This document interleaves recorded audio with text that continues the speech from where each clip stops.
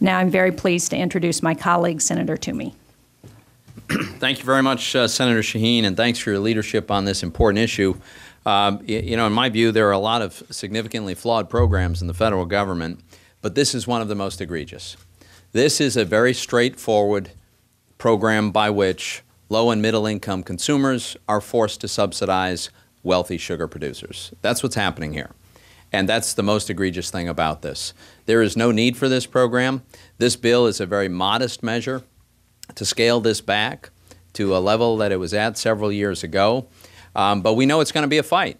It's going to be a fight because there are people on the other side who want to keep the status quo.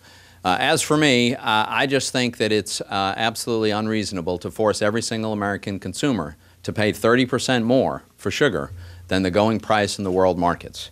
Now, I'm not sure where these corn flakes are made. I don't think this is from a Pennsylvania product. Battle Creek, thank you. But I do know this. Pennsylvania families buy cereals.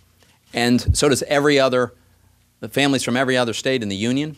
And they don't just buy cereals. We all buy foods that contain sugar necessarily. It's a really important commodity, and it's in all of our diets, and all of us are made to pay more than what we should have to pay than the going rate. In addition, the taxpayers are on the hook for a bill in the event that the prices reach certain levels. Completely inappropriate for taxpayers to have that risk. So for the sake of the economic growth Senator Shaheen mentioned, we systematically choose to have fewer jobs than we could have, because for every job that we preserve by artificially driving up the price of sugar, we lose 3 jobs in manufacturing sugar-related products.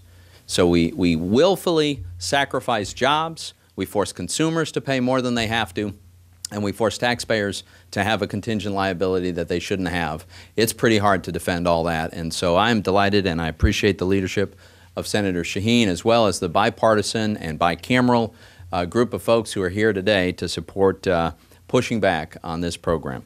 So with that, I will introduce my good friend and colleague, Representative Joe Pitts.